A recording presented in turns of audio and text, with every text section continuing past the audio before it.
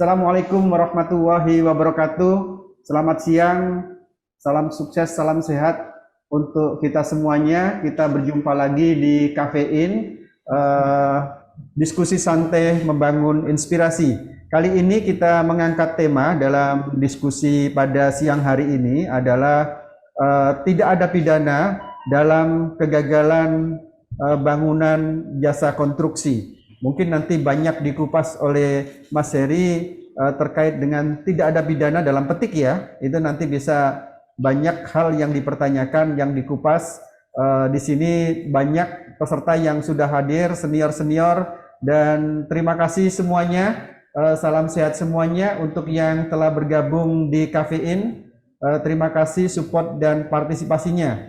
Kali ini saya di sekretariat juga ditemani oleh Ibu Bendahara, Bu Nini. Terima kasih Bu Nini, dan terima kasih yang luar biasa Mas Heri Endarto yang sudah join di kegiatan ini. Gimana Mas, sehat Mas? Alhamdulillah sehat. Oke, dan langsung saja Mas, sesuai dengan tema, ada hal yang perlu dijawab sebelumnya. Apa sih itu kegagalan bangunan? Monggo Mas Heri, silakan. Ini langsung ya, terima kasih waktu yang diberikan kepada saya selaku membawa materi bincang-bincang santai ini ya sebelumnya ya. Yes, santai saja. Santai aja ya.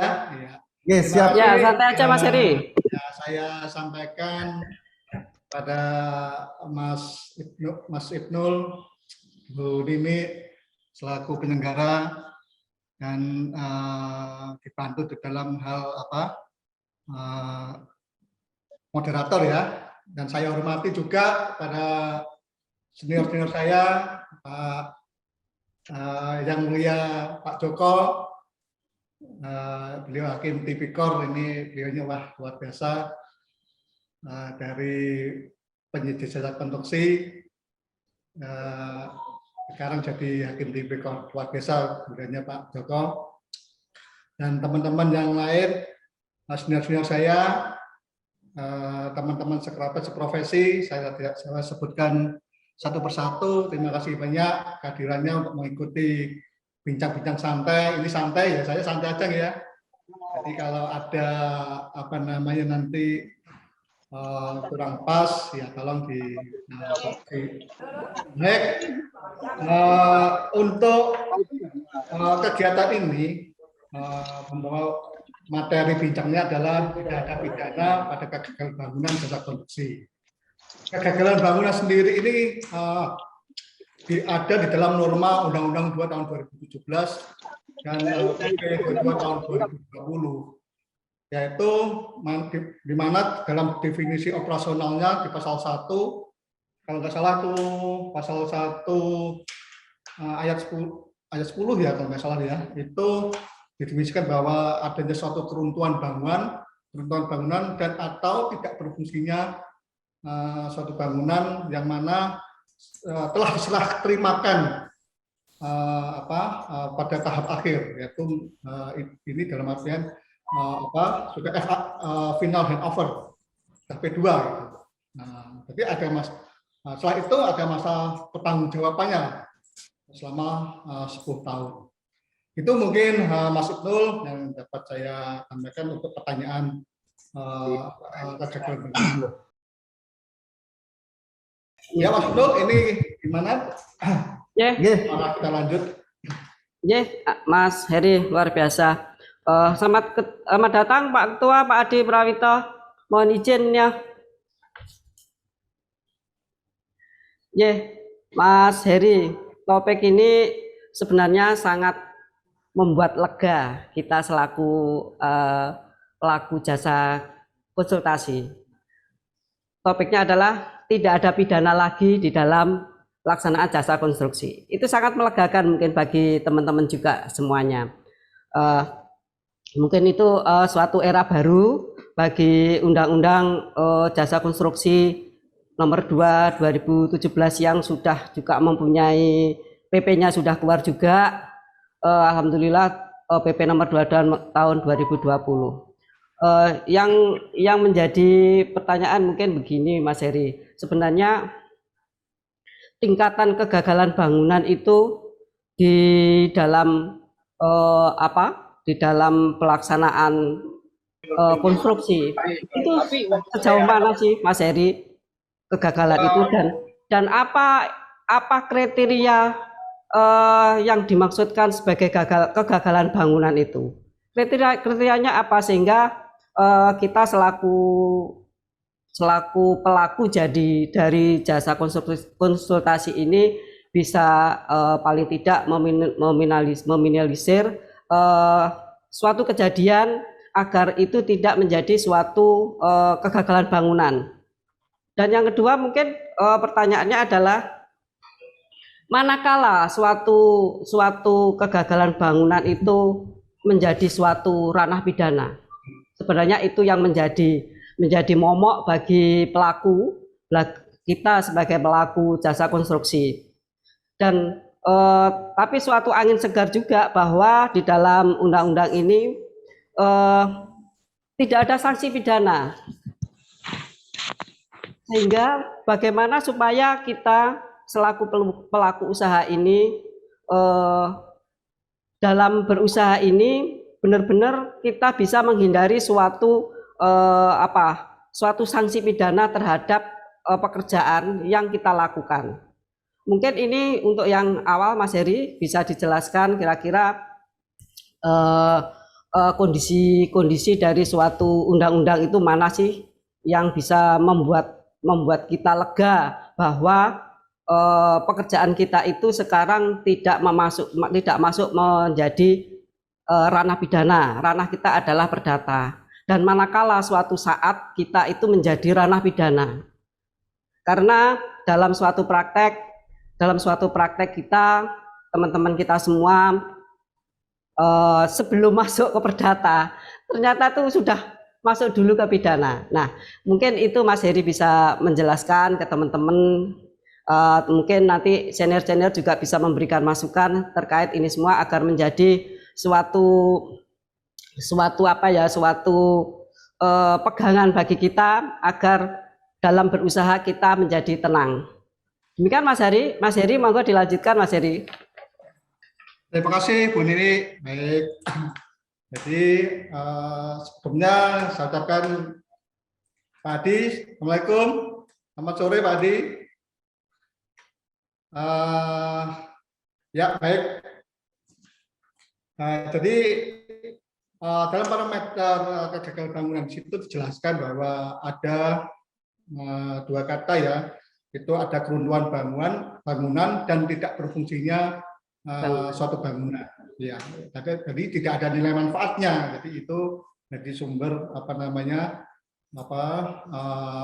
sengketa atau dalam kategori ranah kegagalan bangunan.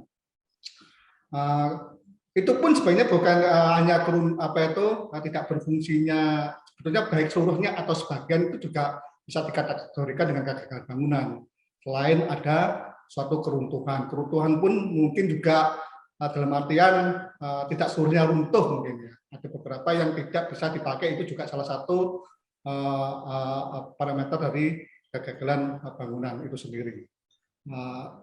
Terkait dengan kegagalan bangunan itu pun di dalam Undang-Undang 2 2017 itu disebutkan bahwa itu setelah FHO, setelah penyerahan akhir. Tetapi kegagalan ada juga sebetulnya perlu dipahami juga ada kegagalan fungsi yang mana PP 29 tahun 2000 itu sebetulnya di dalam pasal peralihan Undang-Undang 2017 itu juga disebutkan dan juga masih berlaku. Kegagalan produksi itu juga sebenarnya hampir sama dengan kegagalan produksi, cuma hanya dibedakan kegagalan produksi itu sebelum penyerahan P2, tetapi kegagalan bangunan setelah P2 selesai. Kegagalan bangunan itu tentunya ada umur konstruksi. Umur itu dengan umur konstruksi itu 10 tahun. Jadi bahwa bila mana umur konstruksi itu lebih dari 10 tahun, itu tetap penyedia jasa bertanggung jawab selama 10 tahun. Tetapi bila mana itu pertanggungjawabannya lebih dari 10 tahun, itu menjadi kewajiban pertanggungan dari pengguna jasa.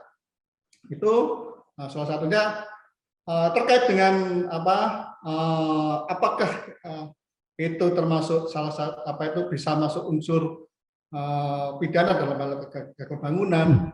Nah, ini pidana sendiri juga di sini dalam artian pakar-pakar ahli pidana seperti Pompey, Van Hemel,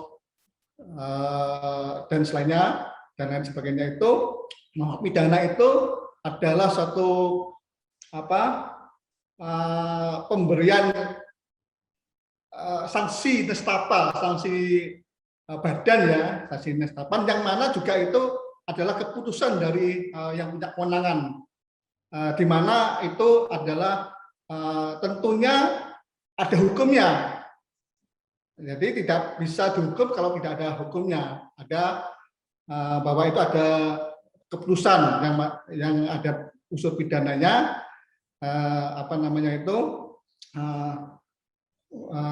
yang si pelaku itu dihukum pidana, ada nestapa. Tidak bisa dihukum karena ada asas legalitas.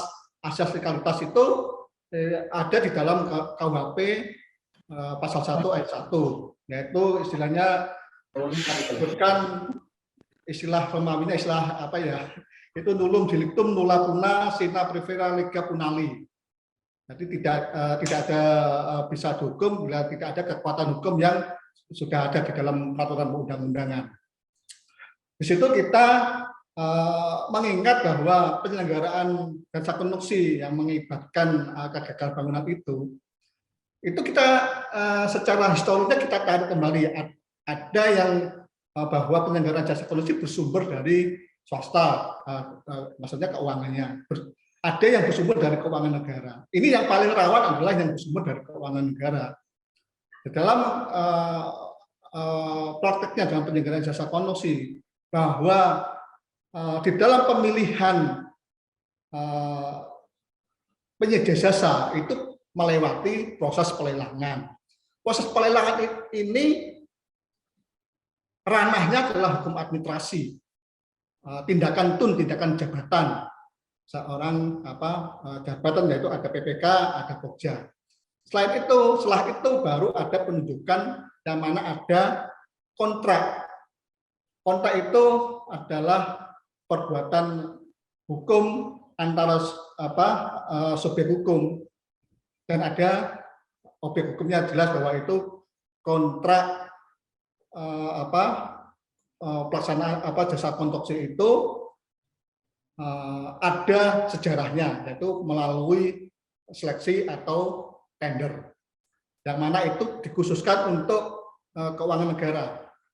Di dalam pelaksanaan kontrak, nah ini kontrak itu tidak serta-merta karena itu ada irisan keuangan negara, tidak serta-merta bahwa hanya murni kontrak itu hanya kontrak privat, tapi ada kontrak, ada kepentingan publik yang harus dilindungi. Jadi kontrak pelaksanaan jasa konstruksi yang menggunakan sumber keuangan itu tidak murni privat. Beda dengan kontraknya yang swasta. Nah itu. Jadi ada unsur kontraknya itu melewati hukum administrasi negara, ada kontrak pelaksanaan kontrak yaitu adalah hukum keperdataan. Jadi dalam pelaksanaan kontrak itu mulai dari tanda tangan kontrak sampai dengan P1 pelaksanaan kontrak pelaksanaan konstruksi. Tapi masa kontrak itu di dalam Perpres yaitu yang diatur itu di dalam LKPP juga, bahwa masa kontrak itu setelah tanda tangan kontrak terima SPNK sampai berakhirnya P2 atau FHO. Disitulah aspek-aspek hukum ini menyertai di dalam penyelenggaraan jasa konstruksi. terkait dengan kegagalan bangunan itu tadi yang saya sampaikan itu setelah lewat dari apa namanya P2.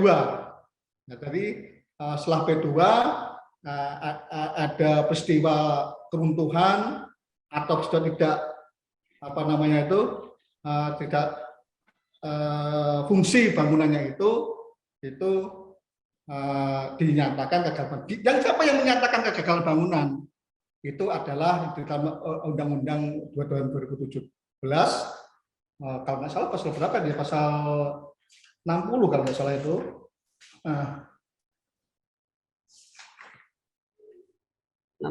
Pasal 61 ya itu yang menyatakan kegagalan bangunan adalah penilai ahli. Tapi sebelumnya harus bila mana itu terjadi PPK atau pengguna jasa melaporkan kepada menteri atau gubernur ya, itu bahwa itu ada unsur kegagalan bangunan dan ada penilai ahli yang menyatakan bahwa itu kegagalan bangunan. Ini kita lanjut aja begini ini ya. Ya, lanjut aja Mas Heri. Oke. Ya, terkait nanti sampai apa namanya, apakah ada perbuatan pidana atau tidak kan gitu. Oke Mas Heri, mungkin ini ya Mas Heri ya, sebelum dilanjut lagi kita kembalikan lagi terkait dengan pengertian terkait dengan kegagalan bangunan. Tadi sudah disebutkan bahwa ada keadaan keruntuhan bangunan dan atau tidak berfungsinya dari bangunan setelah, jadi ada setelah penyerahan hasil akhir dari jasa konstruksi tersebut atau FHO. Ini juga perlu dipahami bagaimana jika kegagalan suatu kondisi itu terjadi selama fase pelaksanaan pekerjaan tersebut, Mas. Anggaplah di dalam fase pekerjaan itu bangunan itu runtuh gitu ya. Itu bagaimana kondisi tersebut itu dikategorikan bagaimana dan penyelesaiannya bagaimana dan apakah APH itu bisa masuk di dalamnya? Baik. Terima kasih, Mas. Bila mana itu kita kembali lagi bahwa tadi saya sebutkan di awal bahwa PP 29 tahun 2000 tentang penjagaan jasa konstruksi itu di dalam pasal peralihan Undang-Undang 2 2017 itu masih berlaku. Terkait ada akibat dari penjagaan konstruksi ada keruntuhan, misalkan keruntuhan itu bisa dikatakan itu kegagalan konstruksi. Penegak hukum di sini bahwa saya sebutkan tadi di awal juga bahwa dalam pelaksanaan konstruksi kita ada pengikatan kontrak antara PPK, ada hubungan hukum antara PPK dengan pelaksana, PPK dengan pengawas, PPK dengan perencana misalkan. Disitulah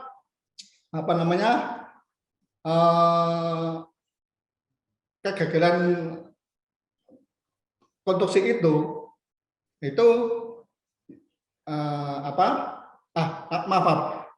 hubungan hukum itu kan ada kontraknya, makanya di dalam pelaksanaan kontrak penegak hukum itu tidak boleh masuk sebetulnya, tidak boleh masuk dalam artian ini masih masa keperdataan, masa keperdataan, jadi tidak boleh, harus diselesaikan oleh pihak-pihak yang berkontrak gitu. Jadi di situ ada batasan. Kecuali kalau sebulan tadi yang saya sampaikan tadi ada ada proses dalam hal sebelum berkontrak ada seleksi, misalkan di situ ternyata ada unsur tidak pidananya, misalkan ada OTT, misalkan ada aliran dana misalkan, ya itu boleh silahkan masuk di dalam ranah penindakan hukum, khususnya pidana tidak pidana korupsi misalkan, itu kan pidana khusus. Tetapi di dalam hal yang normal kegagalan korupsi, penegak hukum harus menghormati kesucian berkontrak, tidak boleh masuk. Gitu. Tidak boleh, harus diselesaikan secara musyawarah mufakat, kalau tidak ya diselesaikan dengan jalur non litigasi lainnya misalkan, atau mungkin sampai litigasi itu dihindarkan lah, itu prosesnya seperti itu. yang mana penyelenggaraan konstruksi itu sebetulnya harus selesai, harus ada manfaat karena ini ada kepentingan publik yang menyertai, ada manfaat. Jadi tetap berjalan, tidak boleh adanya penindakan hukum mengakibatkan terhambatnya pembangunan atau penyelenggaraan konstruksi sehingga tidak ada manfaatnya, kan gitu. Itu Mas Ibnul sebenarnya. Oke. Terima kasih banyak Mas Heri. Jadi selama fase kontrak, artinya apabila terjadi kegagalan konstruksi, tentunya tidak boleh pihak-pihak lain itu masuk di dalamnya tanpa sepengetahuan dari subjek hukum yang mengikatkan diri di dalam pekerjaan jasa konstruksi tersebut. Tapi biar ini ada interaktif Mas, ada pengalaman juga dari para peserta yang hadir di sini, yang sudah hadir di ruangan ini, mungkin bisa sharing terkait dengan hal itu. Karena ini kan banyak di fase konstruksi ada masalah, tetapi di situ ada APH masuk. Nah ini juga mungkin banyak pengalaman yang dihadapi oleh semua yang hadir di sini, yang bergerak di bidang jasa konstruksi. Mungkin ada masukan dari Bapak Ibu atau pertanyaan yang hadir di sini? Monggo silakan. Atau bisa sharing terkait dengan pengalaman-pengalaman pada masa fase konstruksi, ternyata di dalamnya ada permasalahan hukum dan ada aparat hukum yang masuk.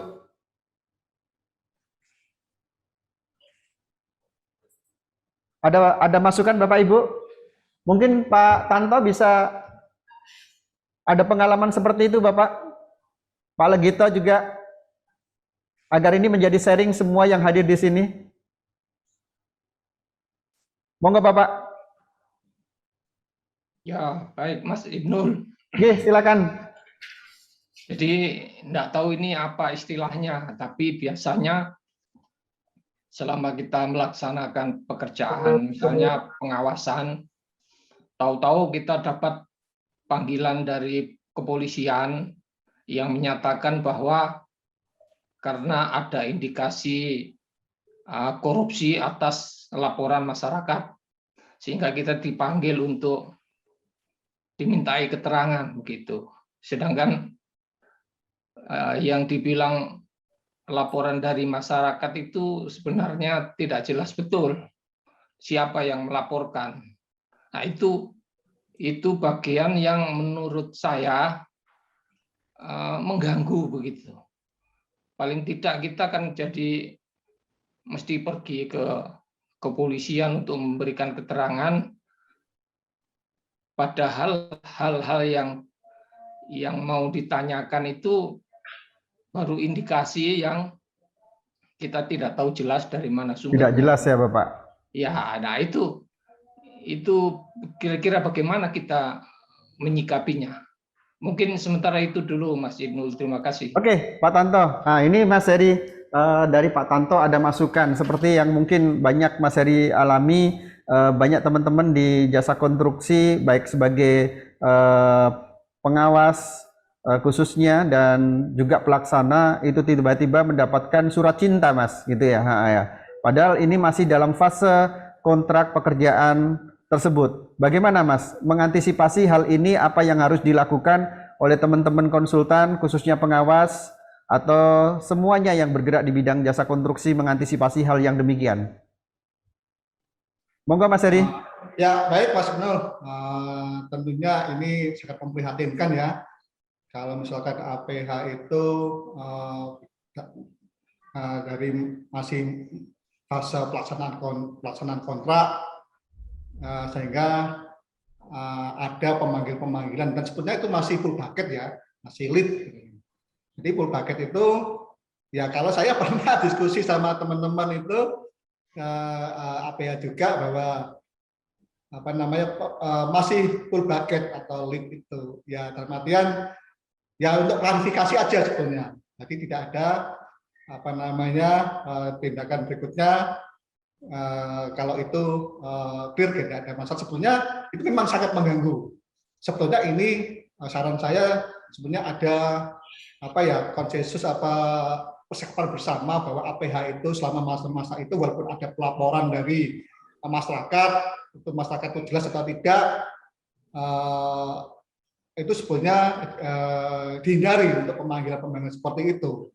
Jadi saya pernah beberapa kali diskusi sama penegak hukum bahwa itu sebenarnya ya seperti itu Mas, kita tidak boleh masuk di dalam masih pelaksanaan kontrak karena itu masih pelaksanaan keperdataan kan gitu. Setelah ada fase selesai, enggak, silahkan itu boleh kalau ada indikasi patut diduga bahwa itu ada perbuatan melawan hukum musuh tindak pidana, oke, bisa masuk. Tetapi ini sangat memprihatinkan kalau masih fase pelaksanaan ada surat-surat pemanggilan, klarifikasi yang mengganggu proses ya, secara psikis pasti mengganggu lah. Itu yang sebenarnya saya kalau itu maaf ya ini ya boleh datang boleh tidak lah kalau gitu. Tetapi itu alangkah baiknya juga datang. Tapi kalau saya kemarin tuh gojek-gojekannya seperti ini kalau sama apa ya, itu masih ibarat seperti gendurenan, undangan gendurenan lah. Iya Pak, sampean gendurenan aku sing apa namanya sing enes pikiran kemana-mana kan gitu. Ya yang penting ya datang aja, mau masih klarifikasi kan itu. Kalau saya ya baiknya datang, tetapi enggak datang pun juga menjadi catatan. Karena itu masih full paket dan saya juga sangat memprihatinkan dan ini pun perlu harus ada pemahaman tingkat bawah ya ini atau kalau ada yang seperti itu ya sangat disayangkan karena ini proses pelaksanaan masa fase keperdataan dia kalau penegak hukum harus tahu ini kita juga harus menghormati kesucian berkontrak dan kontrak itu kan di dalam 1338 itu adalah ada azas fakta servanda, yaitu berlaku undang-undang di kedua pihak selama itu tidak ada cacat kontraknya. Seperti itu Mas Ibnu. Sementara Pak Tanto ya itu sangat memprihatinkan Pak Tanto. Ya, mudah-mudahan tidak ada yang APH seperti itu lagi. Terima kasih Mas. Ya, terima kasih Mas Heri, luar biasa aja. Apa itu tadi maksudnya bahwa tidak datang pun sebenarnya kita tidak apa-apa, tapi membuat suatu catatan. Nah, itu Mas Heri yang jadi kita ngeri itu di situ. Tidak datang, tapi menjadi catatan untuk beliaunya. Kalau kita datang, ini masih ranahnya di pelaksanaan. Nah, ini mungkin jadi pemikiran nanti teman-teman juga bagaimana mensikapi pelaksanaan dari pekerjaan kita ini. Mungkin ada lagi yang dari Bapak Ibu yang ingin dari audien mungkin bisa sharing, yang bisa sharing terkait dengan permasalahan yang pernah dialaminya. Mungkin nanti Prof. Joko yang mulia bisa juga memberikan suatu masukan terkait dari nggak boleh. Nggih, Pak Joko, terima kasih. Iya. Oke, mungkin dari teman-teman Ngawi, Mas Haryanto, ada permasalahan-permasalahan yang bisa ditanyakan ke Mas Heri, Mas Haryanto. Monggo silakan. Pengalaman-pengalamannya terkait dengan berbagai hal berkaitan dengan kegagalan bangunan atau permasalahan hukum yang lainnya yang terkait dengan permasalahan hukum. Monggo, Mas Haryanto, bisa sharing. Belum, Mas Ibnu. Nggih, monggo Mas Haryanto. Belum ya? Belum sementara belum Mas Ibnu. Oke, mungkin Bapak dari Aceh ini, Pak Aksi, monggo silakan Pak. Izin Pak, izin. Monggo silakan Bapak. Mau tukar informasi nih, Pak. Ini yang sedang saya alami saat ini. Saya ada pekerjaan di 2018. Di 2018 itu ada jembatan yang kita kerjakan. Jadi jembatan itu ada 3 tahap. Tahap pertama abutmen, tahap kedua di posisi saya sebagai pengadaan rangka baja dan pemasangan. Di tahap ketiga itu ada pekerjaan beton. Jadi itu masing-masing tahap itu lain pula yang bekerja. Di posisi 2018 itu saya pengadaan barang dan jasa. Nah, hari ini Hari ini tanggal 5 Mas ya, tanggal 5. Saya tanggal 1 kemarin setelah ada pemeriksaan bahwa saat dikerjakan di posisi 3 itu agak ada melendut. Ada melendut karena sebenarnya di posisi di 2019 juga ada dibuat perencana baru. Jadi di jembatan itu ada 3 perencanaan. 3 perencanaan sebenarnya. Perencanaan pertama itu posisi panjangnya 28 meter, tetapi digeser abutmen jadi 36 meter. Jadi selisih 8 meter. Saat saya bekerja, kita lihat dokumen 28 meter. Saat kita mau cross check ke lokasi, saya harus beli rangka baja 36 meter. Oke, itu sudah jadi dan dilakukan. Nah, pada posisi perencana yang pengecoran, itu dibuat lagi perencanaannya dari 5 meter jalan ditambah menjadi 8 meter. Nah, posisi saat mulai bekerja di 2019, melendutlah jembatan itu. Nah, hari ini saya yang disangkakan sebagai kegagalan bangunan di saya. Dipanggillah beberapa kali ke kejaksaan, saya datangin. Dan di situ sampai saat ini belum ada tertera ada kerugian negara. Tetapi saya sudah ditetapkan tersangka. Ini yang menjadi pertanyaan saya, kok terlalu ini saya ditetapkan tersangka sementara pada pekerja ini sudah tahap 1, 2, dan 3. Yang lainnya lambai-lambai aja. Saya yang jadi sasaran. Kira-kira ini bagaimana pendapat ini, Bapak? Terima kasih, Pak. Terima kasih, Pak. Nama lengkapnya siapa ini, Pak? Kok Aksi Aceh ini memang namanya? Aksi ini asosiasi, Pak. Saya Saifuddin, Pak. Sekjennya. Oh gitu ya. Oke.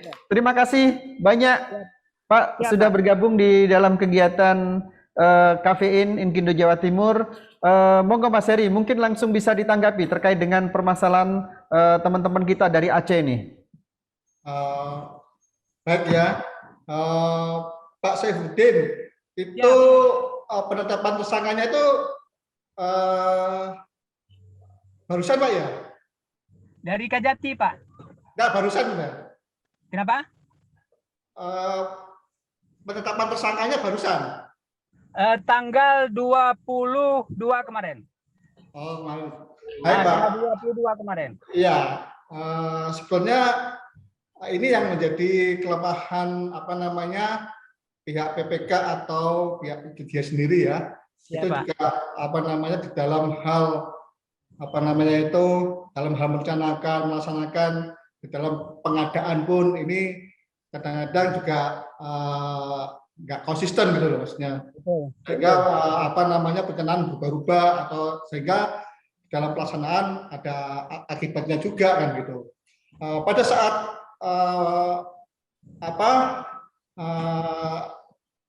pekerjaan itu ternyata ada akibat peristiwa lendut misalkan, sehingga dijadikan patut diduga bahwa itu ada unsur perbuatan penindakan, ada unsur perbuatan hukum, yaitu mungkin tidak pidana korupsi karena yang menyidik itu dari Kejaksaan Tinggi. Sebetulnya pada awal pada itu lendutan. Nah, ini kalau tadi saya terima masukannya dari Pak Saifuddin hanya lendutan. Pada saat PPK itu ada indikasi lendutan, seharusnya PPK itu membuat satu laporan kepada kalau misalkan itu proyeknya di daerah atau di gubernur, ya laporan di gubernur, atau di kementerian, laporan di kementerian bahwa itu mengundang penilai ahli. Misalkan. Kalau ini saya menangkap bahwa ini masih akibat lendutan ya, akibat lendutan dari konstruksi. Seharusnya lapor pada menteri untuk mendatangkan penilai ahli. Nanti dinyatakan bahwa itu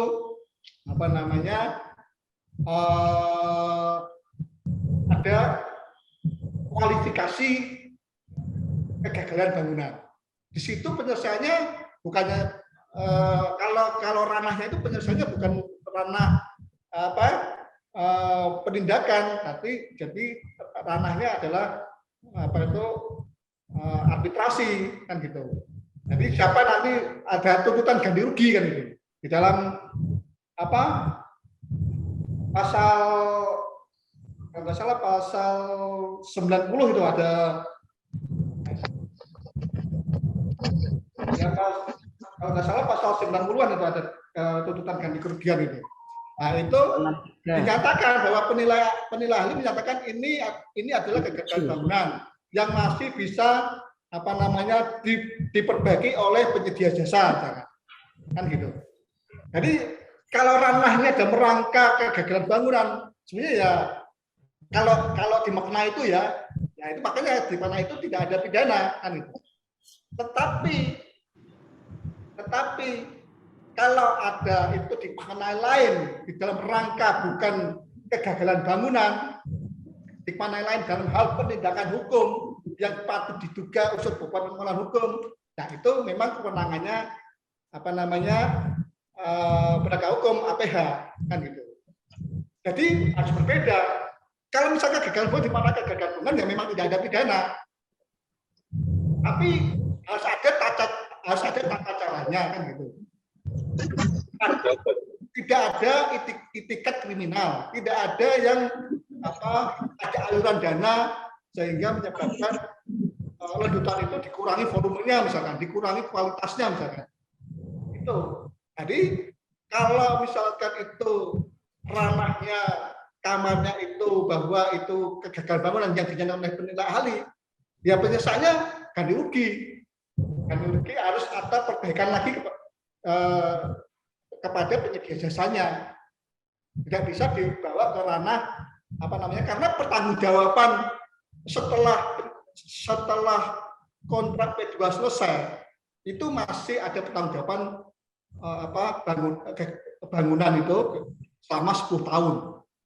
Nah itu makanya kontrak ini apakah masa kontraknya itu sampai 10 tahun, ini harus juga rancu juga kontrak ini. Kita itu kontrak masa kontrak itu ternyata sampai P2 selesai, kan gitu. Tetapi masih ada pertanggungjawaban perdataan itu sampai 10 tahun. Nah itu seperti apa kan?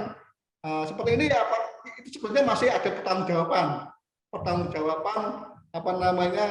pekerjaan. Sebenarnya itu juga ranahnya di dalam keperdataan juga. Gitu. Tetapi di dalam konsep kontrak, di dalam LKPP, di dalam kontrak yang lain, masa kontrak itu sampai P2 selesai, kan gitu.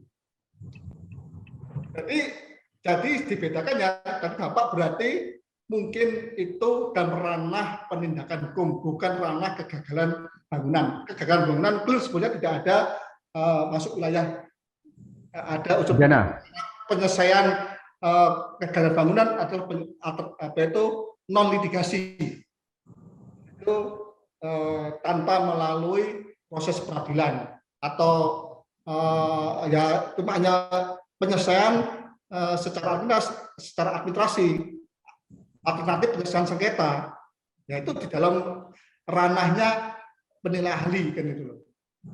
Jadi yang menentukan siapa yang salahnya berapa ganti ruginya, yang menetapkan penilai ahli. Nah selama itu tidak dipakai jalur itu ya sudah. Jadi ranah yang seharusnya kegagalan bangunan yang tidak terlaksana, dikesampingkan, masuklah APH. APH dengan patut diduga indikasi kuat ada perbuatan melakukan unsur tindak pidana, ya masuklah. Sementara itu Pak, jadi sebetulnya waktu lalu itu saran saya, ya pendapat saya ya waktu itu kalau saya yang saya terima cuma hanya lendutan, konstruksinya lendut karena ada kesalahan seperti ini, ya harusnya dimasukkan ke dalam kualifikasi bangunan. Tetapi saya juga melihat Undang-Undang 2017 sampai sekarang saya nggak tahu penilai ahli ini sudah ditetapkan oleh Menteri apa belum. Ini celah bagi kita semua juga. Selama etikat kita baik loh ya, selama etikat kita baik, tidak ada mens rea, seriusnya untuk melakukan perbuatan kriminal, clear, kan nggak ada masalah.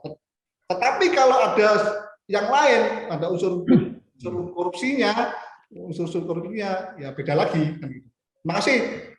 Itu yang dapat saya sampaikan. Nul, Pak Saibudin, kalau kurang Nggih. jawaban Baik, saya Pak. kurang ini mungkin nanti bisa dilanjut.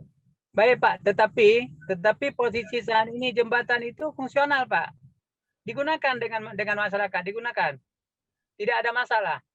Kerugian negara belum muncul, BPKP sudah belum ada kerugian negara buat saya. Tetapi kejaksaan mentang-mentang langsung menetapkan tersangka Pak. Ya, baik. Hasil mungkin ada hasil dari forensik lab Unsia. Mereka menyarankan sebenarnya bukan mengatakan kegagalan bangunan, mereka menyarankan untuk ke depan begini. Tetapi kejaksaan mengambil bahasa itu dianggap ini kegagalan bangunan sehingga saya ditetapkan tersangka. Ini yang jadi persoalan, kegagalan inilah yang menjadi masalah ke penegak hukum ini. Yang dari mana dia ngambil saya di sini salah? Sementara kerugian negara saya belum ada. Apapun belum ada. Ya, ini yang menjadi masalah kita di daerah Pak. Nah, perlu tim ahli yang sebenarnya tim ahli yang dari mana? Apakah tim ahli dari LPJK atau dari PUPR atau dari akademis? Apakah akademis ini dianggap tim ahli? Kira-kira seperti itu Pak. Ya, baik Pak. Saya lanjut Pak Moderator ya, Bu. Nggih, monggo silakan. Silakan Mas Heri. Santai. Jadi APH ini apa namanya, proses penindakan berarti ada proses justisia. Jadi proses justisia itu demi keadilan dan demi hukum. Nah, ini harusnya kalau unsur korupsi harus nyata kerugian negara itu, kan gitu. Karena bukan delik material ya, unsur perbuatan melawan hukum material, tapi kan formal harus ada nyata gitu. Kerugian negaranya. Nah, tidak boleh hanya disangkakan unsur perbuatan melawan hukumnya masuk di dalam unsur-unsurnya korupsi misalkan. Ada perbuatan melawan hukum, ada memperkaya diri sendiri, tetapi kan kerugiannya itu keuangan negara kan harus nyata. Nah, itu kalau misalkan itu penyidik meminta bantuan kepada tim ahli forensik bangunan, kan gitu. Nah, itu seharusnya juga tidak bisa bahwa tim ahli itu tidak bisa menyatakan itu sebagai kerugian keuangan negara. Yang bisa menyatakan itu adalah auditor seperti BPK, BPKP, kan gitu. Sebetulnya BPK itu dalam undang-undang, di dalam normanya undang-undang BPK itu clear bahwa itu semua ada bahwa BPK itu menyatakan kerugian keuangan negara. Tetapi ada putusan MK bahwa audit selama itu diakui, misalkan audit BPKP, inspektorat atau audit akuntan publik yang sudah disahkan, itu boleh dipakai oleh penyidik. Tetapi untuk menentukan seseorang tersangka, ini pidana itu adalah pertanggungjawaban personal ya. Jadi kalau sudah ditentukan tersangka, seharusnya mereka punya 2 alat bukti minimal. Punya alat bukti yang mana itu kalau alat bukti nanti menjadi alat bukti, karena alat bukti itu bisa dikatakan alat bukti itu pada saat disumpah di pengadilan. Tapi ini sudah menjadi bukti-bukti bahwa Anda misalkan si pelaku bisa ditetapkan jadi tersangka. Karena korupsi ini sangat sangat khusus untuk menanganinya, tapi tidak boleh serta-merta melanggar untuk mencari bukti-bukti, itu tidak boleh melawan hukum atau tainted evidence, kan itu. Kalau bukti-bukti itu ternyata melawan hukum, cacat hukum, itu berarti status tersangka juga bisa lepas. Tetapi upaya untuk melepas itu kan tentunya harus lewat proses hukum juga, yaitu pra peradilan.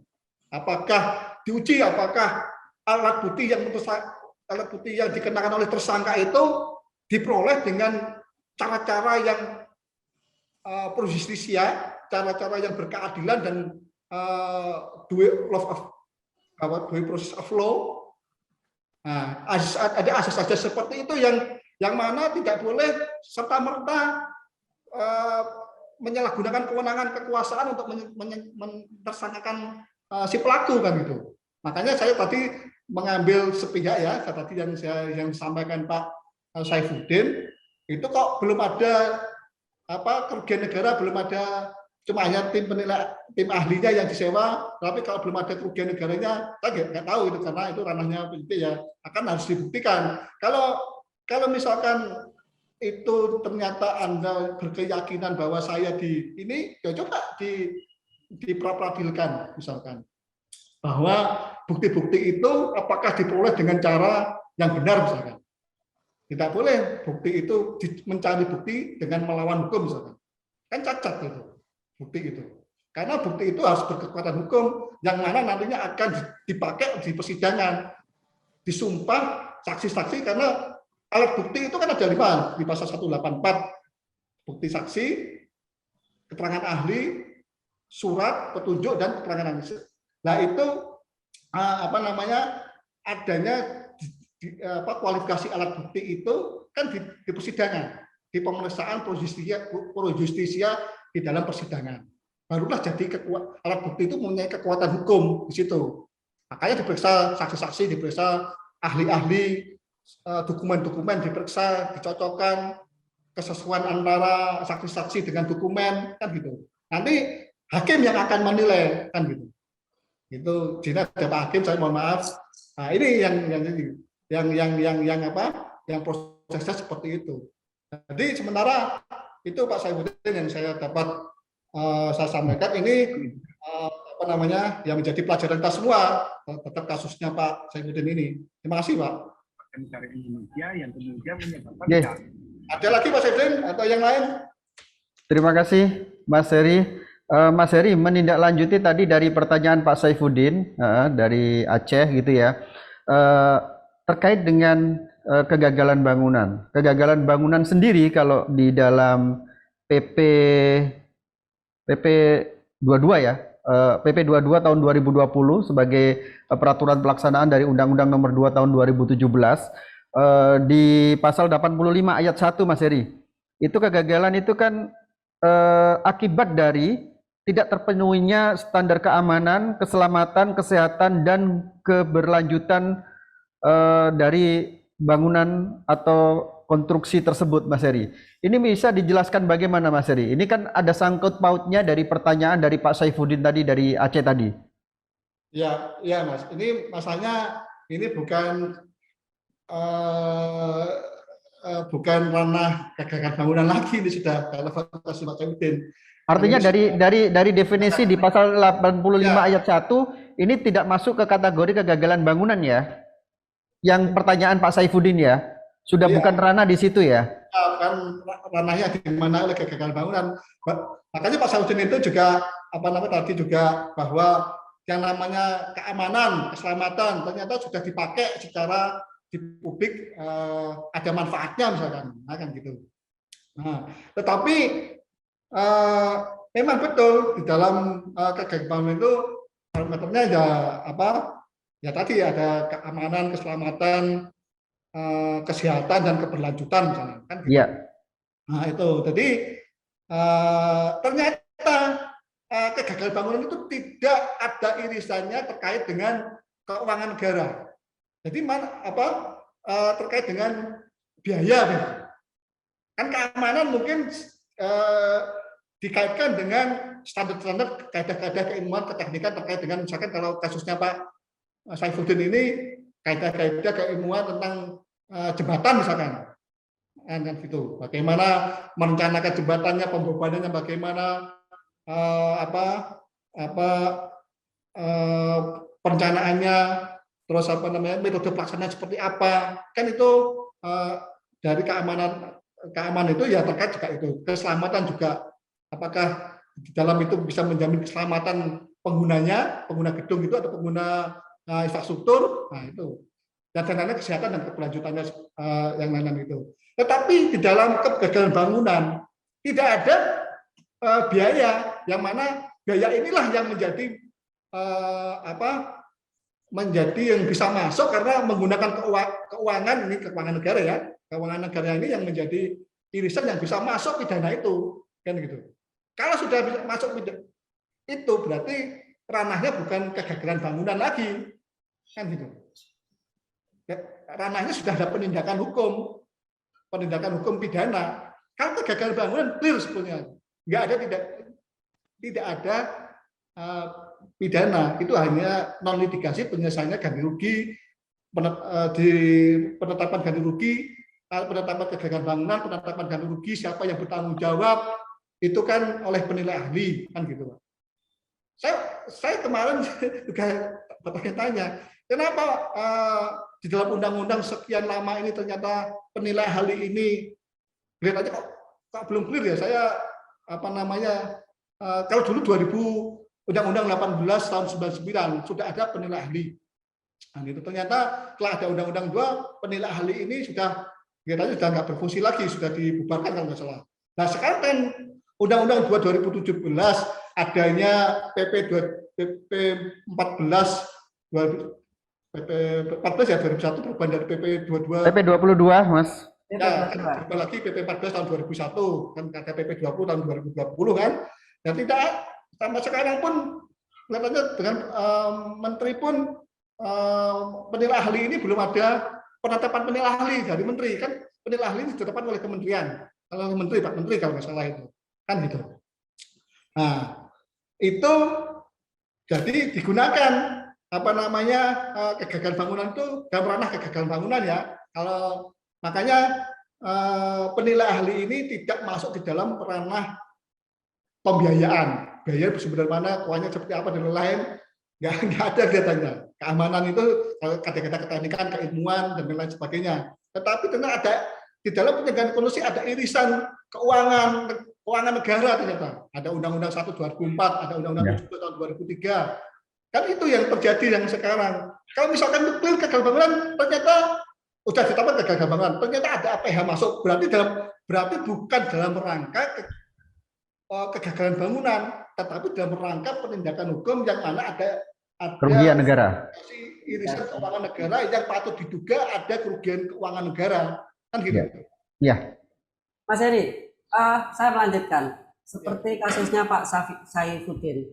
Katakanlah seperti ini, dalam Pak Saifuddin sudah dinyatakan sebagai tersangka.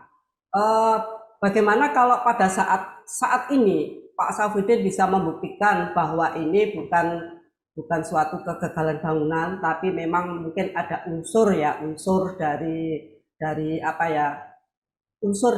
perorangan atau human error-nya itu ada, mungkin yang tidak membahayakan bagi masyarakat atau orang umum. Dan untuk membuktikan ini kan perlu suatu penilaian ahli. Katakanlah dalam suatu penilaian ahli itu menyatakan bahwa bangunan itu masih layak, tapi ada suatu perbaikan, katakanlah seperti itu. Apakah jika suatu keputusan itu yang dari penilaian ahli, Pak Saifuddin bisa memperbaiki, katakanlah seperti itu, memperbaiki dari suatu kesalahan yang mungkin kecil risknya itu tadi, bisa membatalkan beliaunya itu sebagai tersangka. Apakah itu bisa, Mas Heri? Sehingga dengan cara begitu Pak Saifuddin bisa menyewa atau menggunakan dengan persetujuan PPK juga pengguna jasa untuk memakai suatu tim ahli terhadap bangunan yang lebih tersebut. Baik, ini pertanyaan juga menarik juga karena ini sudah proses justisia ya, bahwa sebetulnya ada beberapa tempat sudah status tersangka, jadi lead naik ke penyidikan pasti ada status yang akan ditersangkakan dan bukti yang ada. Tetap ternyata ada SP3 kan, ada surat penghentian penyidikan kan gitu. Dan itu tidak lewat apa namanya itu, tidak lewat proses pra peradilan. Nah, pra peradilan itu juga bisa melepaskan status tersangka, kan gitu.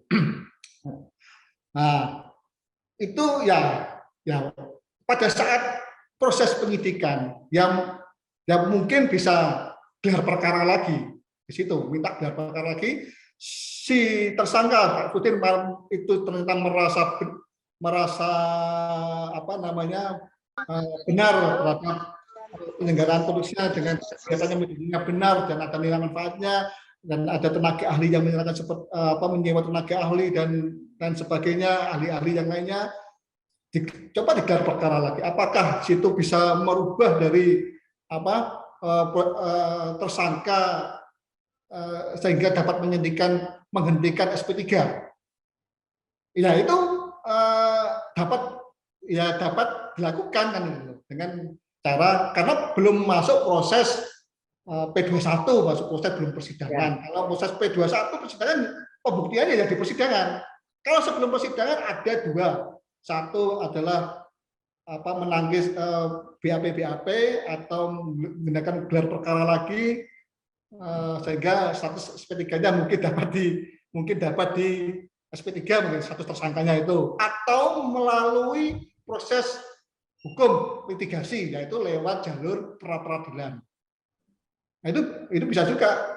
Peradilan juga mendatangkan ahli-ahli juga, karena penyidik ini juga mungkin ya sudah profesional di dalam hal menangani masalah konstruksi, sehingga mereka makanya tadi ada tim-tim ahli yang disewa oleh mana perguruan tinggi atau mana, ya itu hak mereka. Tetapi harus dibuktikan juga bahwa apakah diperoleh seperti itu ternyata benar cara perolehannya, bukti-buktinya. Karena kursi tadi yang saya kasih pendapat bahwa itu kalau unsur korupsinya itu harus nyata, kerugian keuangan negaranya itu kan. Tim ahli tidak bisa menyatakan besaran kerugian keuangan negara, yang bisa menyatakan auditor. Jadi ada ahli forensik bangunan misalkan, ada ahli lagi yang namanya auditor. Kalau misalkan itu mau melawan ya atau misalkan untuk membandingkan ya apple to apple, misalkan apa kerugiannya itu ya arsiwa tenaga ahli misalkan, ahlinya seperti apa, ini pendapatnya seperti ini kan, ternyata masih layak, masih fungsi di dalam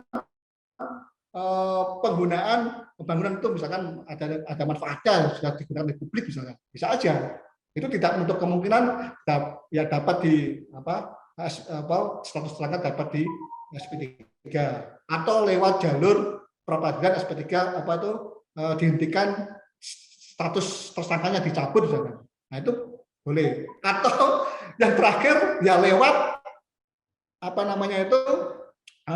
lewat jalur pengadilan, terbukti atau tidak, gitu aja kan gitu.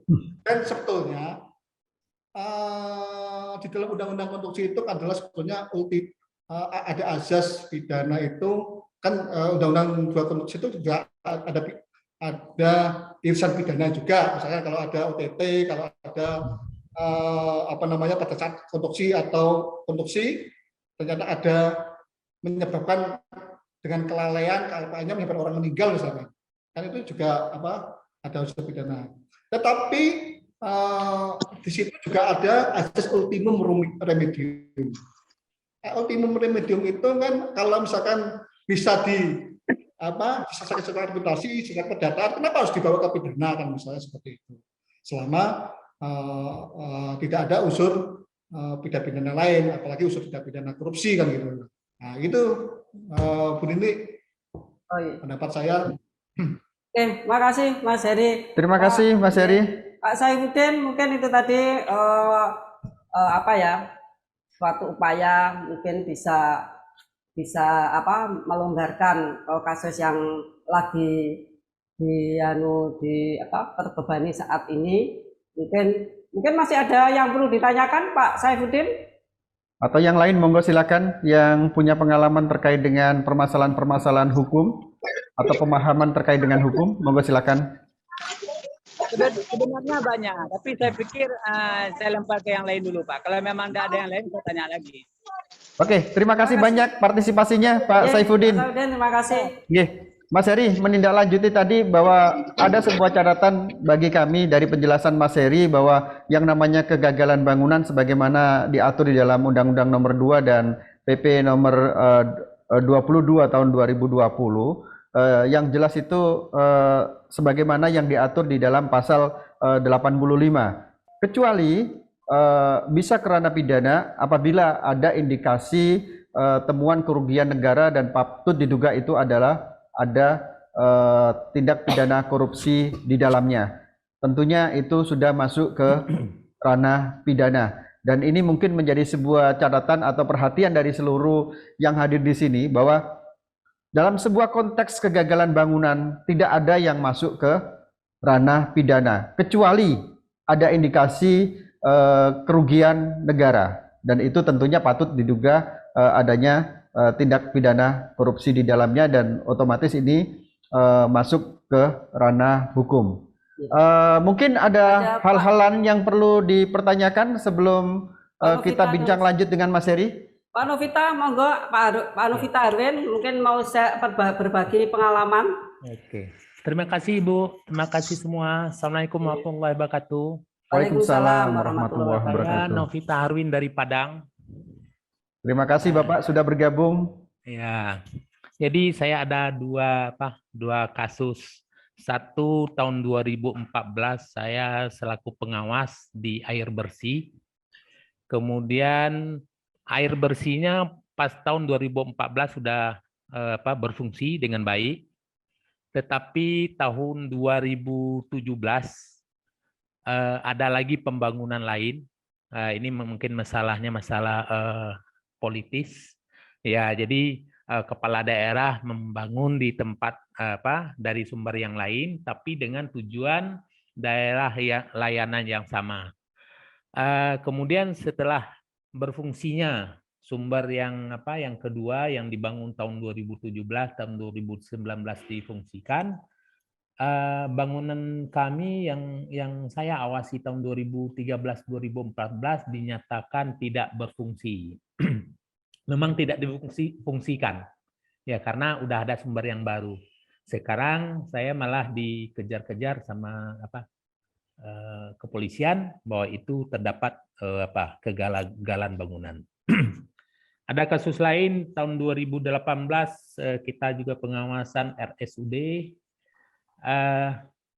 Kebetulan itu putus kontrak, jadi sampai cuma 90%, kemudian kontraktor tidak bisa menyelesaikan pekerjaannya. Di tahun berikutnya sekitar Januari terdapat bangunannya retak-retak, jadi dinding itu digunakan dengan bata ringan, kemudian retak-retak. Cuma retak-retak aja, tapi setelah dilihat struktur semuanya itu tidak ada masalah. Jadi cuma retak-retak, kemudian juga diprediksi dari tim universitas itu ada kerugian negara sekitar berapa 50 juta. Tetapi sekarang juga saya dengar ini lagi mau dinaikkan oleh kepolisian. Saya minta penjelasan dari narasumber gimana kira-kiranya. Assalamualaikum warahmatullahi wabarakatuh. Waalaikumsalam warahmatullahi wabarakatuh. Mas Heri, ada dua pertanyaan Mas Heri. Tadi yang terkait dengan masalah air bersih di tahun 2014, Pak Novita sebagai pengawas dan air bersih tadi bisa berfungsi normal. Tetapi tahun 2017 ada pekerjaan lagi dengan sumber yang lain gitu ya dan berfungsi, tetapi di tahun 2014 pekerjaan yang tahun 2014 tidak difungsikan lagi. Tetapi justru Pak Novita ini bermasalah dengan hukum. Mungkin bisa dijelaskan Mas Heri? Cuman saya nambahin dulu Mas Heri. Pak Novita, proyek Bapak yang lama yang tidak digunakan dengan adanya proyek baru itu tidak digunakan karena tidak bisa mengalirkan ke masyarakat, atau memang proyek baru ini yang mengaliri air dari sumber yang Bapak kerjakan pertama. Artinya begini, bahwa sebenarnya proyek Bapak yang pertama ini, proyek Bapak yang Bapak pegang ini sebenarnya masih berfungsi, tapi tidak difungsikan. Itu kan lain, Pak. Ya. Tidak difungsikan, Ibu. Oh, tidak difungsikan. Tidak Ya? difungsikan, ya. Dianggap tidak dirawat, ya. Ya mesinnya tidak dirawat, jadi pompanya tidak hidup lagi, jadi ya memang tidak bisa difungsikan sekarang ini. Tapi waktu itu kita fungsi beberapa tahun itu fungsi benar. Mas Heri, kita anggapi Mas Heri. Ya. Baik, Pak Novita, ini ya gimana ya? Tahun 2014 ini pekerjaan sudah selesai, sudah ada serah terima, sudah fungsi.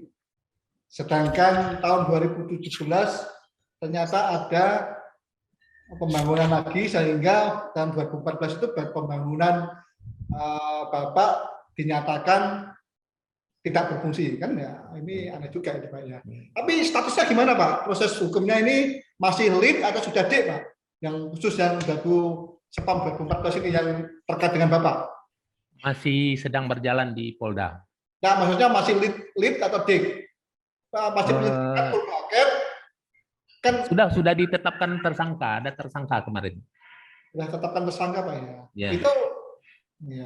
Wah ini padahal waktu berita acara foto-foto dan lain-lain sudah sudah layak fungsi Pak ya. Ya, layak fungsi. Iya. Ya ini yang menjadi sudah 2014 penetapannya barusan atau gimana Pak? Tahun berapa itu Pak? Baru sekitar 1 bulan yang lewat. Ini ya. Ini proyek 2014 baru diperiksa jadi tersangka tahun ini kan gitu. Ya. Luar biasa ini Pak. Ini kita tidak nyangka kalau ternyata pekerjaan yang seharusnya kita sudah tenang, pekerjaannya sudah berfungsi pada saat itu ya Pak ya. Ternyata ada pembangunan lagi ternyata tidak difungsikan, sehingga ada dugaan proyek 2014 ini yang dikerjakan Bapak, yang diawasi Bapak ini ada patut diduga ada, karena tidak fungsinya ini patut diduga ada unsur korupsinya, untuk perbuatan melawan hukum yaitu unsur korupsi. Nah ini kan kadang-kadang gimana ya, saya juga kalau saya sebagai bapak ini juga pusing juga gitu Pak. Gitu, Pak ya. Karena ada tadi disebutkan ada pembangunan lain 2017, ada faktor politisnya dan lain-lain, sehingga menyebabkan Bapak jadi berkasus gitu. Ya itu pendapat saya ya. Bapak statusnya masih aman atau gimana Pak? Sayanya aman Pak, cuma ada direktur saya, ya saya 2 di sana, direktur saya ditetapkan waktu itu tersangka, tapi saya lawan karena juga ini kita punya teman, istilahnya kita kerjasama, jadi tentu tidak kita semuanya mengawasi. Jadi saya bilang ini saya kerjasama, ini ada apa perjanjiannya, ya saya nggak bisa lagi Anda tanya tentang pekerjaan gimana. Laporannya gimana apanya, karena ini perjanjian saya begini, saya udah bikin bahwa ini diawasi oleh sini, ya tolong di manajemen sama ini, kemudian bayar hutang piutang segala macamnya atau personilnya sama ini, jadi saya nggak bisa lagi sedang gitu. Saya pun masih aman, nah cuma direktur saya itu salah satunya dijadikan tersangka gitu. Cuma itu kemarin masih Polda, jadi katanya itu lidik terakhir gitu ya. Nah itu saya keluarkan itu, mereka kelihatan agak bingung lah gitu ya. Nah gitu. Iya Pak.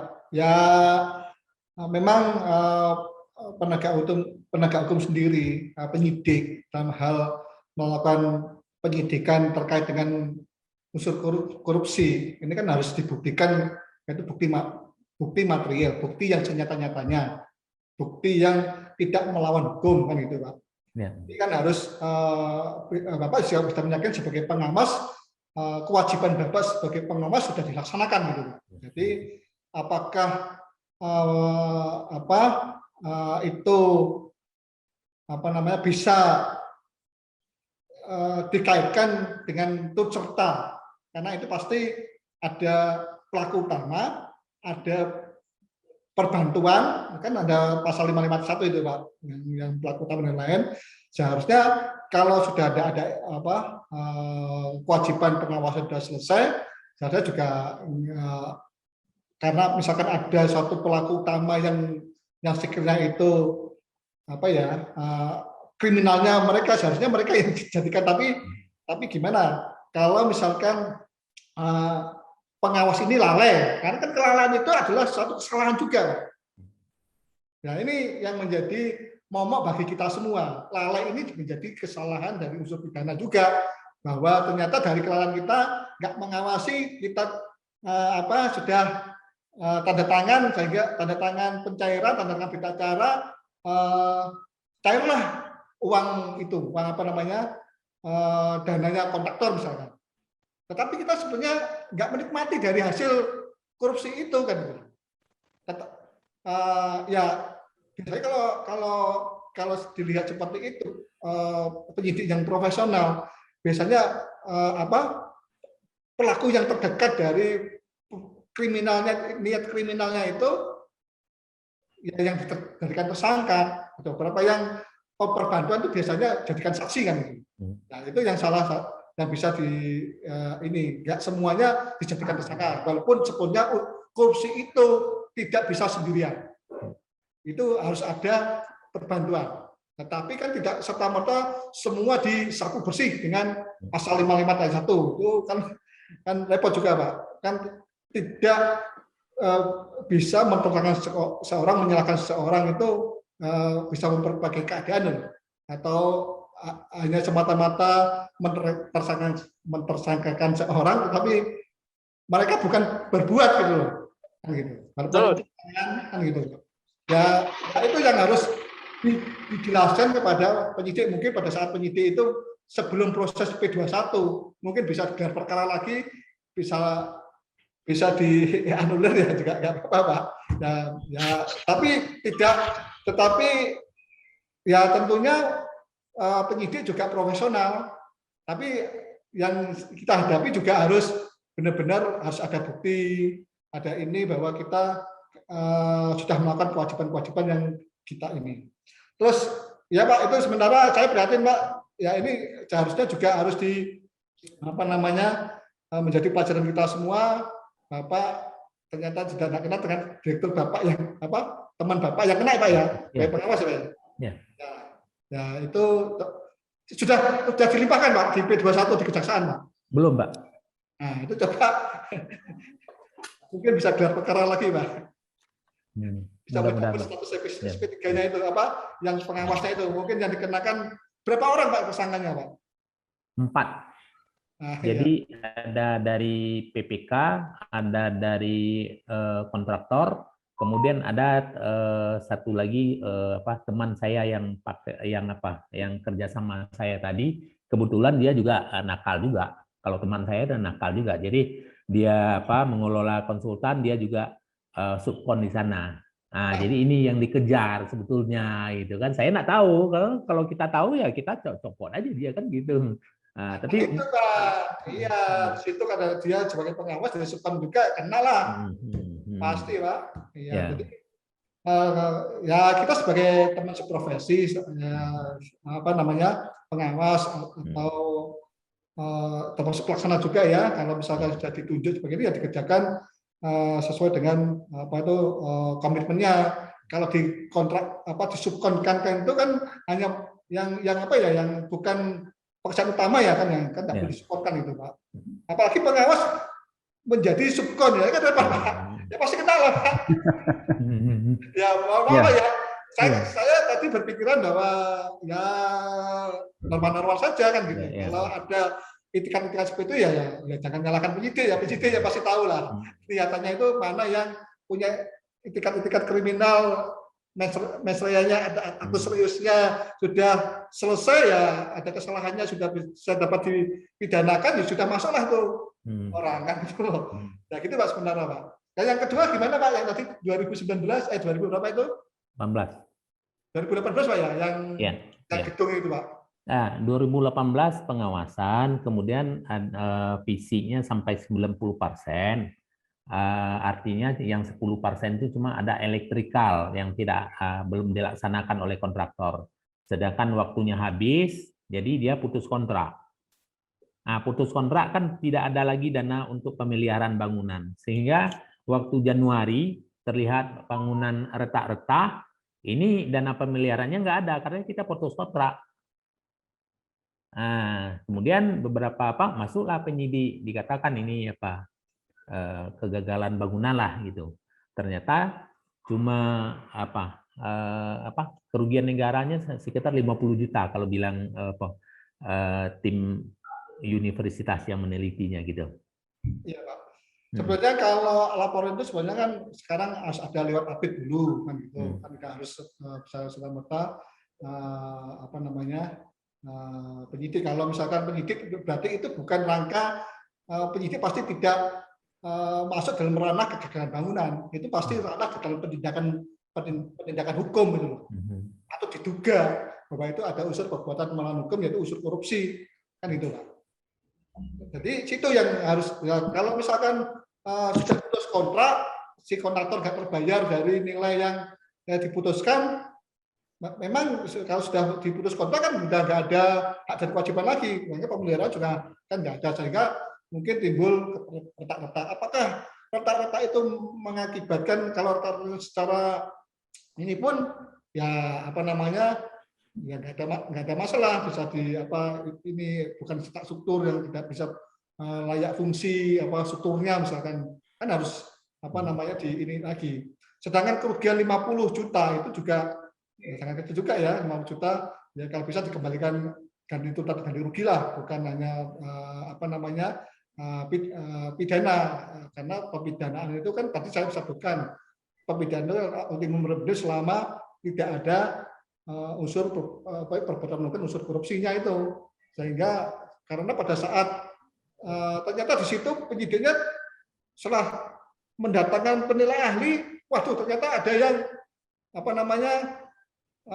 ada beberapa kerjaan belum dikerjakan, tes betonnya ternyata nggak masuk di dalam spesifik teknisnya misalnya tidak masuk, tetapi kalau masih layak kan juga bisa jadi tinggal selisih, misalnya mutunya K350 ternyata dites cuma 300, ternyata 300 dihitung secara ini masih layak kan, mungkin selisih itu bisa jadikan kelebihan bayar misalnya, kelebihan bayar sehingga menjadikan itu temuan kalau sudah selesai perbuatan pidananya. Ya berarti kan ada indikasi ternyata ada niat kriminal, ada perbuatannya dengan seiring dengan perbuatannya, ya berarti sudah bisa dikatakan itu kesalahan gitu loh. Nah, tetapi dalam artian kalau hal yang kecil yang tidak ada yang etikat kriminal korupsinya nggak banyak, niat kita nggak terlalu nggak ada niat yang bagi-bagi dana, volume money-nya nggak ada di dalam PPK, Pokja atau siapapun yang minta seperti itu, ya clear aja nggak. Kenapa takut gitu loh? Kalau misalkan itu bisa ditanggungkan, kalau juga sudah putus kontrak bisa dijelaskan di dalam penyidik. Ini sudah seperti ini. Kalau rusak kecil-kecil minor, oke lah bisa dirawat gitu. Tetapi kalau sebaliknya, ya bisa aja proses berlanjut. Itu masih lead atau sudah dik, Pak? Oh belum, masih dalam ya. Karena kemarin katanya udah dilempar ke kejaksaan, dibalik lagi, minta tambahan lagi gitu kan. Malah sekarang seakan-akan ini, mungkin saya buka aja, ini kan kita semua. Katanya akan ada tambahan, tersangka tambahan. Jadi ini nanti konsultan yang si pengawas, yang anggota saya ya di lapangan dikatakan ini saudara mungkin bisa ini saya lepaskan. Nah, cuma inilah gitu kan. Saya ya nggak suka aja kayak gitu Pak ya. Gimana ya? Kita udah berusaha rasanya pengawasannya udah siang malam gitu ya di sana gitu kan. Nggak ada yang kita mainkan, tapi cuma ya entah gimana lah itu, nggak tahu lah saya kenapa retak-retak itu sampai sekarang saya juga nggak tahu. Tapi retaknya dinding, bukan struktur. Saya periksa semua itu nggak ada. Ya, Pak. Ya mudah-mudahan penyidiknya itu nggak kemana-mana Pak. Ya yang penting penyidik tidak menemukan perbuatan kriminalnya aja yang dalam karena ini memakai keuangan negara sangat riskan sekali kalau itu pakai uang negara ditemukan kerugian negaranya Pak. Ya putus kontak yang dari 10% itu ya karena pengawas sebetulnya juga sudah melakukan kewajibannya dalam pengawasan sehingga kan ada juga ya maaf ya juga kita sudah 10% kita naikkan bobotnya misalkan sehingga kan ada pemalsuan juga, itu salah satu bentuk juga persekongkolan juga sehingga menimbulkan kerugian negara sebenarnya tidak dibayarkan, ternyata dia diangkat di cover progresnya sehingga menjadi 100%. Itu banyak kejadian juga yang mana itu menjadi wilayah pidana korupsi juga kan itu. Tetapi dengan begitu yang saya tangkap dari Bapak, ya saya kira masih belum karena belum ada tersangkanya Pak ya, masih full bucket kan? Sudah tersangka sudah, tapi belum dilempar. Ya, belum P21. Ya, udah. Berarti penyidik itu sudah tahu ada niatannya itu berarti. Ya mudah-mudahan Bapak dan timnya itu aman-aman aja. Ya, Pak. Oke. Mas Heri, Pak Novita, luar biasa diskusinya. Mudah-mudahan ini sebagai pembelajaran juga yang semuanya. Kita kembali lagi kepada topik terkait dengan kegagalan bangunan. Mas Heri, bagaimana caranya untuk menyelesaikan manakala terjadi kegagalan bangunan? Baik itu uang dari anggaran pemerintah atau mungkin dari swasta. Apakah ada perbedaan di dalam menyelesaikan permasalahan kegagalan bangunan? Maksud yang pertama tadi saya nggak putus-putus. Penyelesaian Mas, bagaimana caranya untuk menyelesaikan manakala terjadi kegagalan bangunan? Ya, sebenarnya tata cara penyelesaian kegagalan bangunan itu kan sudah diatur dari secara administrasi sebelumnya dari diatur di dalam Undang-Undang 2 dan Undang-Undang 2017 dan PP-nya itu kan gitu.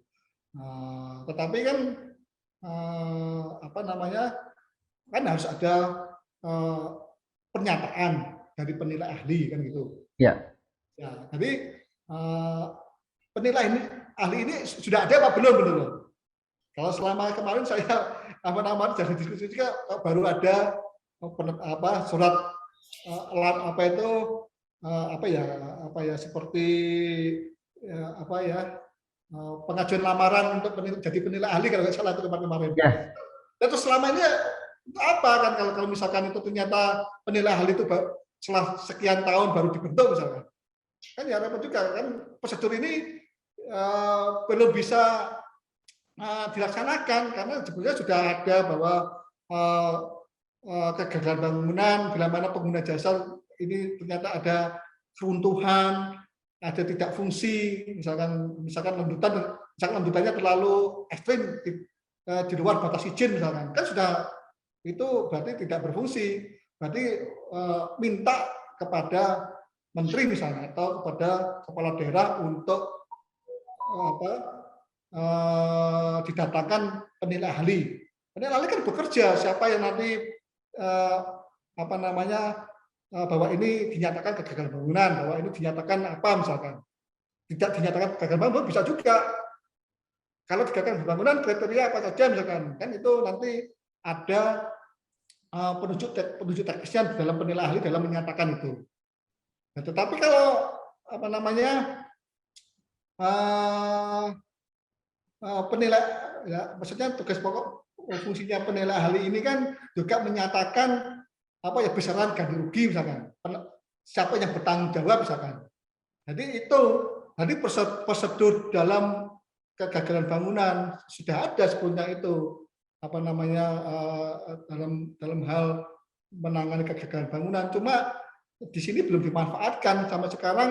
Yang namanya kegagalan bangunan, istilah kegagalan bangunan itu hanya fenomena apa hanya kata-kata kegagalan bangunan yang kita bahas ya, seperti, tapi sebelumnya apa namanya dalam rangka itu belum ada mungkin ya apa itu untuk menangani masalah itu, tetapi seterusnya sudah diatur di dalam hukum positif, normanya ada di dalam Undang-Undang 2 2017, ada PP-nya, sudah kan gitu.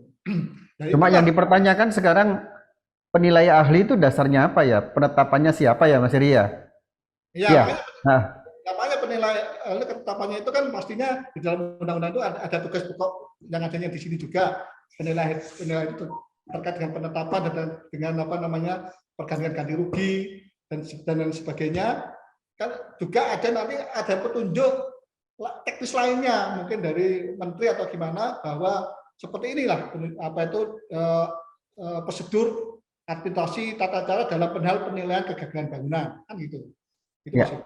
Kalau ini terkait dengan prosedur itu terkait dengan keamanan tadi Mas Ibnu dan keamanan, apa itu keselamatan, kesehatan, berlanjutan kan gitu. Nah ini apakah nanti ada terkait dengan keuangan misalnya? Kan ini kan nggak menyebutkan keuangan, baik itu keuangan proyek yang dibiayai oleh swasta dan dibiayai oleh pemerintah. Undang-undang ini kan berlaku, undang-undang ini kan mengandung hukum positif.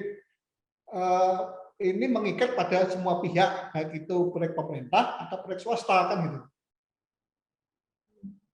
Mas Heri, untuk tim penilai ahli itu kira-kira bisa mengajukan permintaan nggak melalui asosiasi profesi? Maksudnya penilai ahli ini kan ditetapkan oleh kementerian. Ya. Oh. Dari asosiasi mungkin wakil pada saat membuka satu lowongan pekerjaan penilai ahli sebagai penilai ahli, mungkin asosiasi mengirimkan seperti Inkido mengirimkan, Itakido mengirimkan orang misalnya untuk dites situ di asesmen misalnya, kan dinilai misalnya. Kalau masuk ya ditetapkanlah penilai ahli itu dengan SK putusan menteri misalnya. Kan seperti itu. Nanti pasti akan ada petunjuk pelaksanaan, petunjuk teknisnya bagaimana penilai ahli bekerja, bagaimana produknya, kan harus ada standarisasi itu, karena ini penilai ahli ini kan wakil dari pemerintah, dan nanti juga swasta bisa menggunakan penilai ahli itu, kan gitu. Swasta di dalam menyatakan kegagalan bangunan, misalkan siapa yang bertanggung jawab untuk kedua pihak antara pengguna jasa dan penyedia jasa berkontrak, siapa yang bertanggung jawab. Ini penyelesaian yang non litigasi, penilai ahli, bukan penyelesaian yang litigasi ya. Ini kan arti penyelesaian sengketa. Karena ada sengketa, ada sengketa kegagalan bangunan kan gitu. Nah gitu. Mas Heri, tim penilai ahli ini kan mungkin diangkat dari kementerian ya. Artinya dari kementerian. Apakah siapakah yang membayar? Artinya mereka kan bekerja, berarti ada suatu upah atau apa begitu ya. Itu menjadi tanggung jawab artinya tanggung jawab sebagai penyedia jasa atau pengguna jasa yang menggunakan penilai ahli ini, atau penilai ahli ini sudah mempunyai sudah terikat dengan PUPR atau suatu kementerian lain begitu, Mas Heri? Kan kalau penilai ahli pekerjaan untuk sih ini kan penilai ahli yang diangkat oleh kementerian yang ditunjuk yang terkait, yaitu PUPR. Jadi kalau terkait dengan pembiayaan dan lain-lain, ya nanti kan kebijakannya, kewenangannya itu pada kementerian, apakah mereka bekerja dibayar oleh negara atau dibayar oleh pihak-pihak yang sengketa, yang itu. Seperti Dewan Sengketa itu kan, kalau Dewan Sengketa tidak diangkat oleh menteri. Dewan Sengketa pilihan kedua belah pihak untuk menyelesaikan sengketa di luar pengadilan kan ya. Kalau Dewan Sengketa baik itu di cara mediasi, konsultasi dan lain sebagainya itu, nah itu kan pilihan kedua pihak, yang membayari ya kedua belah pihak itu.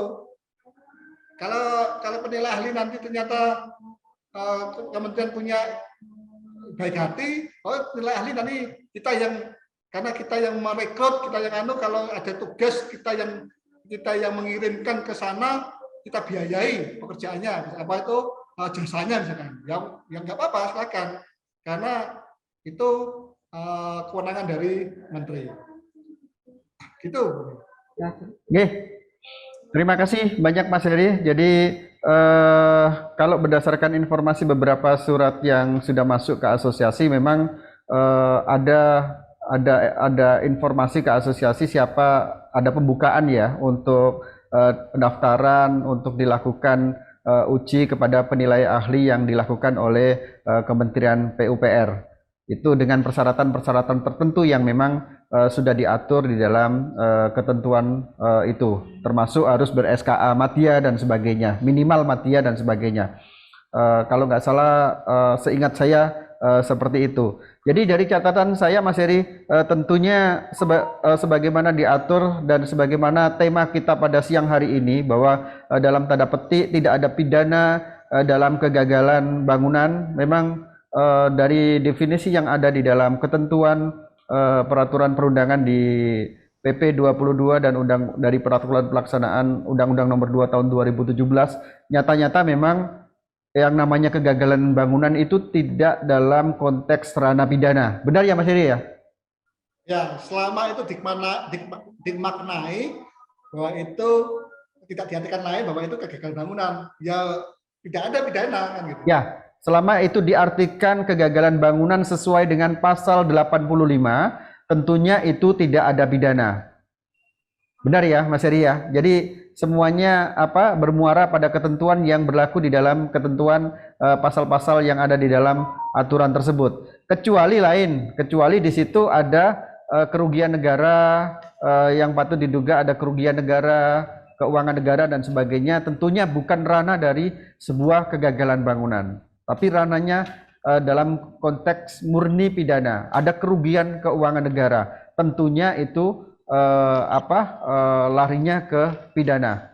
Itu yang mungkin kesimpulan pada kegiatan pada hari ini di Kafein di episode tanggal 5 November 2021. Mungkin masih kita berikan kesempatan Mas Heri, barangkali dari partisipan yang hadir di sini ada pertanyaan lebih lanjut terkait dengan tema kita, kegagalan bangunan. Monggo teman-teman dari Korda yang sudah masuk, ada Mas Afan dari keanggotaan Monoreok. Mas Afan mungkin ada pengalaman terkait dengan kegagalan bangunan.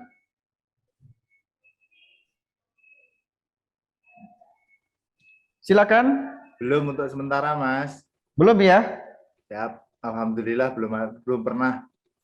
Oke, mudah-mudahan semuanya barokah di dalam melaksanakan kegiatan di bidang jasa konstruksi, tidak bermasalah dengan hukum dan sebagainya, tetap menjaga profesional. Ini yang paling penting di dalam kegiatan jasa konstruksi. Ada Pak Irfiandi Basuki, monggo Bapak mungkin bisa memberikan masukan.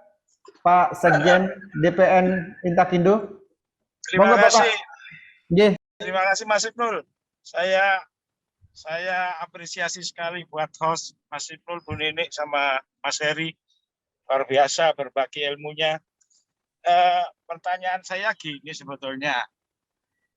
Pemahaman bangunan tidak berfungsi itu multi interpretasi ya. Kalau saya amati ya, kalau kita mendefinisikan tidak berfungsi itu dari sisi struktur bangunan itu saya jamin banyak yang tidak berfungsi. Misalnya begini ya, spesifikasi sudah ditetapkan, kemudian kita melakukan checking terhadap spesifikasi ya. Ketika pekerjaan bangunan itu selesai, baik jalan, jembatan atau apa, saya pikir banyak temuan itu yang bisa dikategorikan tidak berfungsi. Nah, sekarang berfungsi itu apakah fungsi dalam artian penggunaan? Misalnya suatu perencanaan arsitektur tadinya ruang tamu kemudian dipakai sebagai ruang kantor, itu kan juga tidak berfungsi ya. Jadi pemahaman tidak berfungsi itu sendiri juga sangat debatable ya. Nah, kalau kita lari ke fungsi struktur, kemudian dilakukan penelitian terhadap kualitas struktur, kualitas arsitekturalnya, kualitas mechanical elektrikalnya, saya pikir bakalan banyak ketemu temuan ini bangunan tidak berfungsi. Mohon pencerahan Pak Heri yang gagah dan luar biasa. Saya sangat apresiasi. Mohon pencerahannya. Saya enggak pinter-pinter ini, enggak paham. Terima kasih. Terima kasih Mas Abdul. Terima kasih Pak Andi. Hati-hati perjalanannya. Semoga lancar sampai tujuan. Selamat, sehat lahir dan batin. Mas Heri, ini pertanyaan dari Pak Andi bahwa tidak berfungsinya itu bisa juga sangat subjektif sekali, Mas Heri. Mohon penjelasannya, Mas Heri. Baik. Wah, pertanyaannya luar biasa nih kalau senior saya. Selamat sore, Pak Andi. Hati-hati di jalan. Sukses. Ye, ngikutin. Ya, siap. Terima kasih banyak, Pak Andi. Baik. Sebetulnya kegagalan bangunan itu sebenarnya kategorinya juga sangat ekstrim ya. Jadi keruntuhan bangunan. Nah, ini satu keruntuhan bangunan berarti kan runtuh bruk gitu. Atau runtuh hanya sekedar parsial, atapnya aja misalkan. Jadi struktur apa namanya itu beton kolom platnya enggak runtuh misalkan. Apakah seperti itu juga ini kan namanya keruntuhan bangunan. Kedua adalah tidak berfungsinya bangunan. Nah, berarti kan semua ternyata tidak berfungsi kan gitu. Apakah fungsi itu Pak tidak berfungsinya karena apa namanya itu lift tidak berfungsi sudah dinyatakan kegagalan bangunan kan itu juga kan itu apa namanya kelihatannya ini kegagalan bangunan yang ekstrim sehingga kegagalan bangunan ini berfungsi secara nilai manfaatnya mungkin kalau misalkan lanjutannya itu kalau jembatan lanjutannya ternyata sudah di luar batas izin. Nah, ini berarti kan tidak berfungsi kan gitu. Atapnya karena sudah menjadi atap yang dari bangunan di bawahnya, kalau tidak atapnya ini bangunan tidak berfungsi, runtuh kan gitu. Jadi ini yang harus dinyatakan kegagalan bangunan itu. Makanya penilai ahli lah yang berhak untuk menyatakan apakah ini termasuk kegagalan bangunan atau cuma kegagalan biasa. Fungsinya itu seperti apa. Jadi di situ kriteria apa nanti penilai ahli. Jadi saya kalau saya nggak masuk nggak pernah jadi penilai ahli, nggak menyatakan ini, saya nggak tahu Pak. Saya mohon maaf. Jadi ini yang nanti mungkin ada petunjuk-petunjuk, ada prosedur-prosedur, ada tata cara, ada syarat-syarat, ada parameter, ada di indikator-indikator yang ini dikategorikan, dikualifikasikan sebagai kegagalan bangunan, kan gitu. Memang pada saat definisi kegagalan bangunan cuma sederhana, ada dua, keruntuhan bangunan dan tidak berfungsinya bangunan, kan gitu. Nah itu jadi mudah-mudahan ke depan penilai ahli ini bisa menjustifikasi bahwa itu kegagalan atau tidak serta-merta bahwa kegagalan yang diajukan hanya kerusakan apa namanya itu ya dinding retak dinyatakan gagal bangunan ya nggak bisa seperti itu kan gitu. Ternyata apa namanya liftnya talinya motornya nggak bergerak, kegagalan bangunan ya kan nggak bisa begitu kan gitu. Jadi ada yang harus kita ketahui bahwa kegagalan bangunan itu yang seperti itu kan itu. yang kita definisikan dalam kegagalan bangunan kita sudah ekstrim, keruntuhan. Nah ini keruntuhan kan serem, tidak berfungsi kan serem juga gitu. Tidak berfungsinya bangunan ya. Nah, gitu. Nah, jadi kita tunggu aja Pak Ibe, nanti mudah-mudahan dalam penilaian ini kita juga bisa membaca definisi kegagalan yang menyatakan kegagalan bangunan seperti apa, yang bisa menjadi kualifikasi kegagalan bangunan. Nah seperti itu. Terima kasih Pak. Matur nuwun. Pak Andi. Terima kasih support dan partisipasinya selalu Pak Andi. Sekali lagi hati-hati perjalanannya. Selamat sampai tujuan. Salam hormat kami. Ditutup. Bunda, monggo Bunda. Ya, sudah banyak yang masukan-masukan di siang hari ini di diskusi santai bersama Cafe in Time di DPP Inkindo Jatim. Semoga apa yang kita laksanakan hari ini bermanfaat, dan apabila masih ada kekurangan kami mohon maaf. Mungkin di lain waktu kita sambung lagi ngobrolnya dengan Mas Heri. Mungkin belum tuntas hari ini, kita berikan kesempatan di lain waktu, nanti kita agendakan lagi. Yang jelas sebagai angin segar bahwa